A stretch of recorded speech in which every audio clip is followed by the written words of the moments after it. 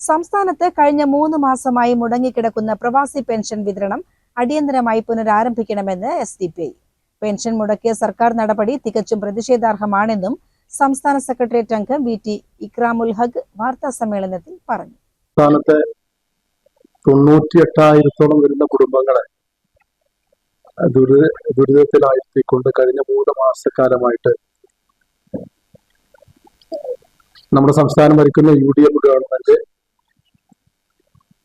പ്രവാസി ക്ഷേമനിധിയുമായി ബന്ധപ്പെട്ട വകുപ്പിൽ നിന്നും പ്രവാസി പെൻഷനുകൾ കഴിഞ്ഞ 3 മാസമായിട്ട് തടഞ്ഞിരിക്കുകയാണ്.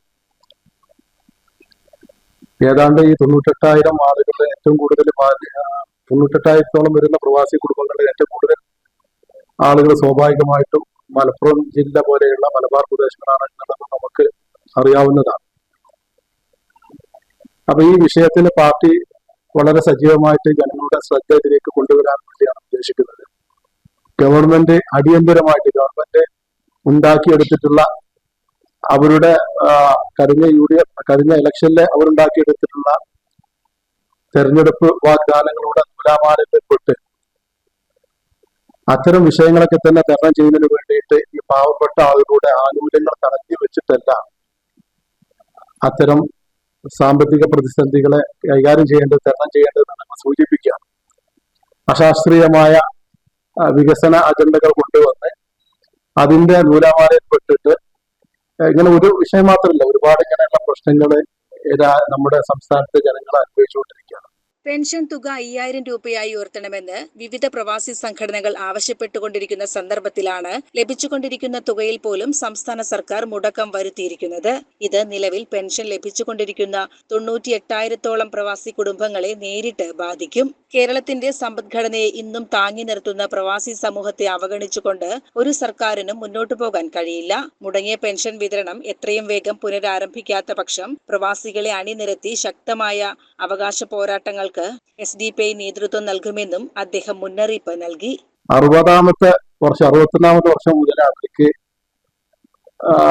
3,000 വേറൊരു ഗ്രേഡിൽ 3,500 ആണ് ഇവർക്ക് പെൻഷൻ പ്രതിമാസം ഗവൺമെന്റ് കൊടുത്തുകൊണ്ടിരിക്കുന്നത്. കാര്യം എന്തൊക്കെ പറഞ്ഞാലും കഴിഞ്ഞ 10 വർഷക്കാലത്തെ LDF ഭരണത്തിൽ ഈ പ്രവാസി പെൻഷൻ മുടങ്ങിയിട്ടില്ല.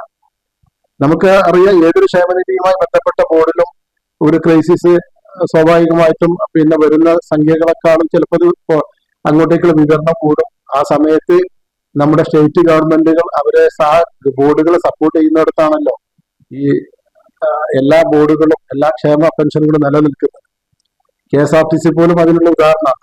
അവര് നഷ്ടത്തിലാകുന്ന സമയത്ത് ഗവൺമെന്റ് അവർ സപ്പോർട്ട് ചെയ്യണം. അതേപോലെ കഴിഞ്ഞ 10 വർഷക്കാലം ഇടതുപക്ഷ ജനാധിപത്യ മുന്നണി ഗവൺമെന്റ് അതിലെ ആ ഗവൺമെന്റ് പ്രവാസികളെ പക്ഷത്ത് നിന്നുകൊണ്ട് അതിന് സപ്പോർട്ട് ചെയ്തുകൊണ്ട് 1 മാസം പോലും മുടങ്ങാതെ കൊടുത്തിരുന്ന പെൻഷൻ ഇവരെ UDF വന്നപ്പോഴേക്കും കഴിഞ്ഞ 3 മാസമായിട്ട് അത് മുടങ്ങിയിരിക്കുകയാണ്.